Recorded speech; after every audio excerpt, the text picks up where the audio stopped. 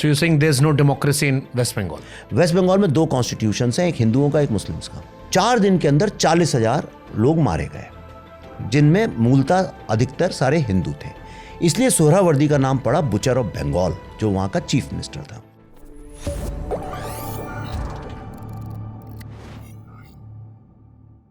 So you're saying there's no democracy in West Bengal? West Bengal में 2 constitutions हैं, एक हिंदुओं का एक मुस्लिम्स का।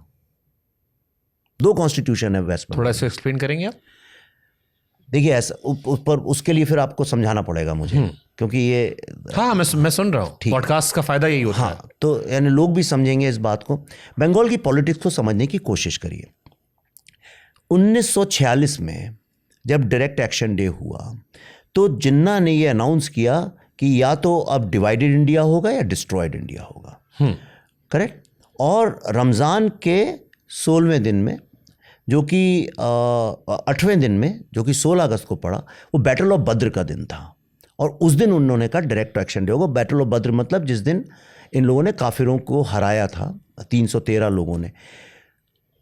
4 दिन के अंदर 40,000 लोग मारे गए, जिनमें मूलतः अधिकतर सारे हिंदू थे।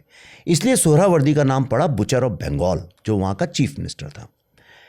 अब ये कैसे हुआ? 40,000 लोगों को मारना आसान बात है क्या? पूरा होलोकॉस्ट इसलिए तो फेल हो गया अल्टीमेटली जाके कि लाखों लोगों को मारें कैसे? 40,000 लोगों को कौन मारेगा? आपको लगता है कोई मुस्लिम मिडिल क्लास का आदमी जो है वो तलवार लेके लोगों को मारने निकल जाएगा? कोई टीचर या कोई बेचारा प्लम्बर है तो जब मारने निकल जाएगा? तो किसको इन्होंने ठेका दिया? अंडरवर्ल्ड के लोगों को, जो वहाँ का माफिया था। बहुत अंडरवर्ल्ड वहाँ तब भी था, जेब कतरे, चोर, उचक्के, ये जितने लोग थे, और वो चलाती थी पूरी मुस्लिम लोग। उसको मुस्लिम लीग ने ठेका दे दिया। उन लोगों ने लोगों को मारा। मुस्लिम लीग के जो यूथ विंग था, मुस्लिम गार्ड्स, जो उनके जो गार्ड्स थे, वो लोग उतर आए। पुलिस ने उनका साथ दिया, इसलिए 40,000 लोग मारे गए। फिर गोपाल पाठा जैसे लोग जो थे उनने खड़े हुए और उन लोगों ने आके फिर हिंदुओं को बचाया, और अल्टीमेटली इन लोगों को सरेंडर करना पड़ा। और उसका बदला लेने के लिए उन्होंने नोआखली में जेनोसाइड किया। तो जब भारत आज़ाद हुआ तो ये पूरी जो गुंडा फोर्स थी, गुंडों की टोली, अंडरवर्ल्ड जिसको हम बोलते हैं, ये कहाँ जाती? इसको खून लग चुका था, ब्लड लग चुका था पॉलिटिक्स का।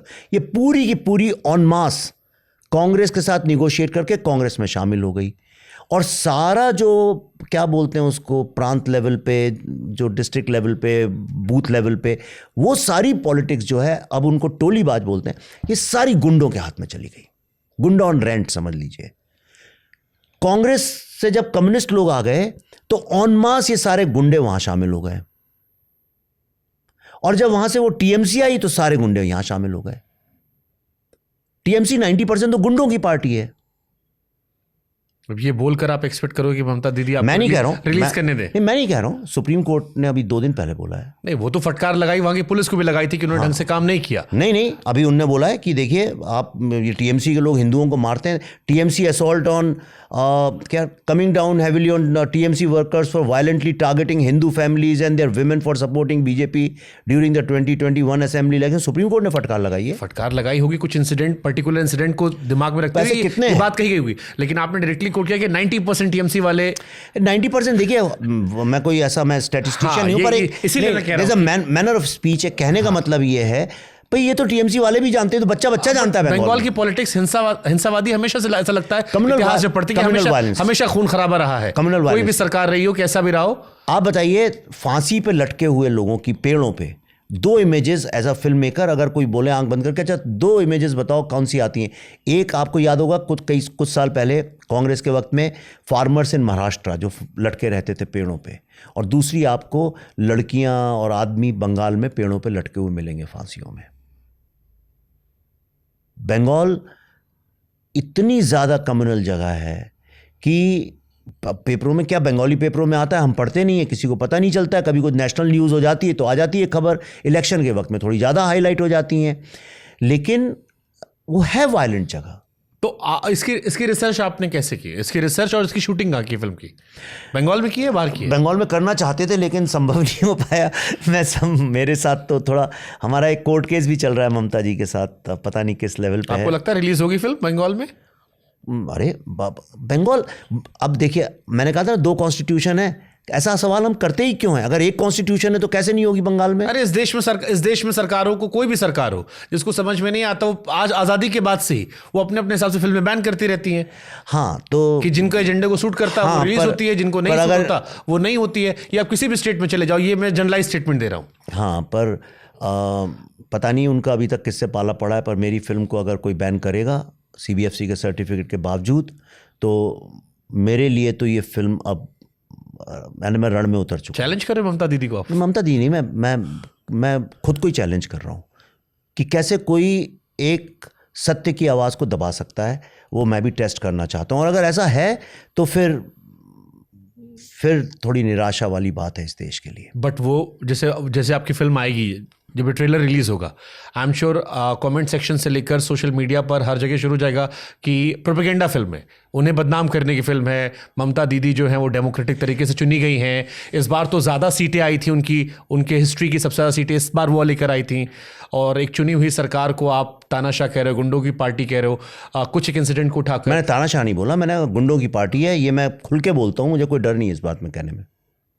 जो घटनाओं का जिक्र आप कर रहे हो, जिस दो कॉन्स्टिट्यूशन की बात कर रहे हो, वो तानाशाही की तरफ ही जाता है कि दो नजरिए से देखा जा रहा है। नहीं, मैं तानाशाह शब्द को नहीं यूज करूंगा, as a very corrupted word, पर हाँ, दो कॉन्स्टिट्यूशन चलते हैं बंगाल में, और हमारा दुर्भाग्य है कि हम उसे रोक नहीं पाते हैं, और इसीलिए मैंने ये फिल्म से ही आवाज़ उठाई है। मैं जानता हूँ, मैं देखिए, मुझे कोई शौक़ नहीं, मेरे भी बच्चे हैं, मेरा भी घर है, और मैं आज अभी चाहूँ तो फिर से कमर्शियल फिल्में बनाऊँ तो ज़िंदगी आप जानते हैं कितनी हसीन हो जाती है, और वाकई में वो ज़िंदगी बहुत अच्छी भी है। क्या करना आपको, दुनिया आग लगे दुनिया में, आप मौज करिए। सबको आराम नहीं चाहिए होता है ना, कुछ लोगों को मज़ा है। हाँ, यहाँ पे तो ना तो पैसा है ना कुछ है, स्ट्रेस इतना ज़्यादा है।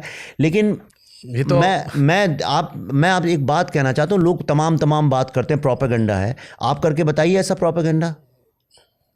आज मैंने जब बुद्धा ना ट्रैफिक जब बनाई, सारे लेफ्टिस्ट मेरी जान के पीछे पड़ गए, आज तक मेरे को चैन से जीने नहीं देते हैं। जादवपुर में मेरा कंधा तोड़ा गया था, किसी और का नहीं, राइट। आज भी मैं पूरी तरह से एक्सरसाइज नहीं कर पाता हूँ उठा के फुल ये वाला लेफ्ट हैंड। जब मैंने वो बनाई द ताशकंद फाइल्स, कांग्रेस ने मेरे ऊपर इतने केस कर दिए उठा के, राइट, और आज तक मेरे को गाली देते। मेरा उनसे कोई लेना देना भी नहीं है, मेरा उनसे क्या लेना देना है कांग्रेस से। और लाल बहादुर शास्त्री तो कांग्रेस के ही प्राइम मिनिस्टर थे, अगर उन्हीं की मौत का सत्य पता चले तो कांग्रेस को खुश होना चाहिए इस बात से। उस टाइम तो पूरा देश ही कांग्रेस था लगभग। हाँ, तो वो क्यों गुस्सा है मुझसे।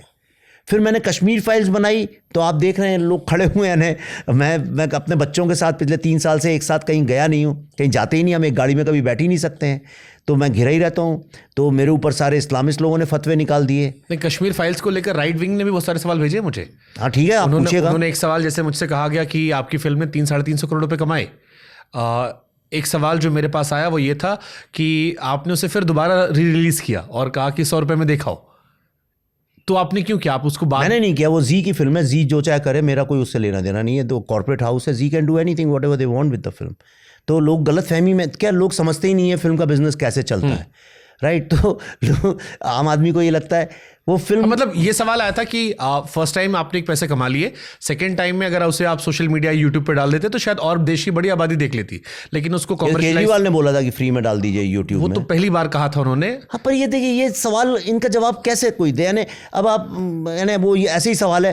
तो अच्छा तुम बताओ, आजकल किसी कोई पूछे कि अच्छा आजकल अपनी बीवी को तुमने पीटना बंद कर दिया है कि नहीं, क्या जवाब दे इसका? हाँ बोले तो मरे, ना बोले तो मरे। मतलब इसका क्यों अपनी बीवी को मारना बंद कर दिया, क्या बोले? बट ये इसमें एक पार्ट और जो अभी भी ट्रेंड होता है ना, आई एम श्योर आपके कमेंट सेक्शन में भी बहुत आता होगा ये सवाल कि एक फिल्म ने मोटा पैसा कमाया बट उससे कश्मीरियों को क्या मिला?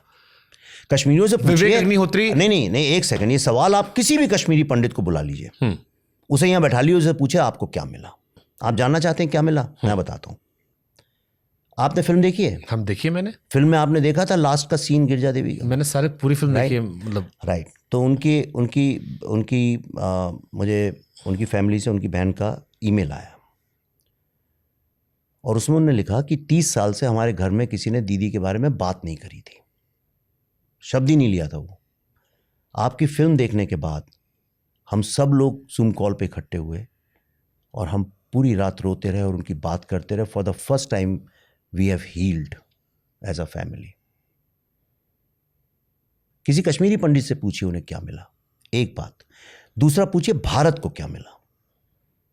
क्या मिला? भारत को ये मिला ये फिल्म कैपिटल में, यूके पार्लियामेंट में, जर्मनी में, दुनिया भर में एक जो नैरेटिव था लेके कि कश्मीर भारत ने इलीगली ऑक्यूपाई कर रखा है, फॉर द फर्स्ट टाइम एक ऑल्टरनेट पर्सपेक्टिव दुनिया को मिला। इंडियन कॉकस के जो चेयरमैन थे उनको पता ही नहीं थी ये बात कि इंडिया ने इलीगली नहीं ऑक्यूपाई कर रखा है अमेरिका में। He called us, I met him, I made the presentation, he saw the film.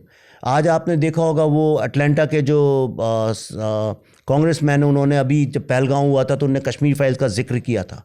ज्यू कम्युनिटी जो जानती ही नहीं थी कि ऐसा कुछ हुआ है कश्मीरी पंडितों के साथ, वो जुड़ी। इंडो ज्यू ज्यू पूरी की पूरी कमेटी है, ब्लैक्स आए हमारे साथ। एक जो अवेयरनेस हुई, जो जगह जगह फ्री कश्मीर के नारे लोग ऐसे लगा देते थे जैसे बच्चों का खेल है, वो आपने सुना है फिल्म आने के बाद कहीं पे।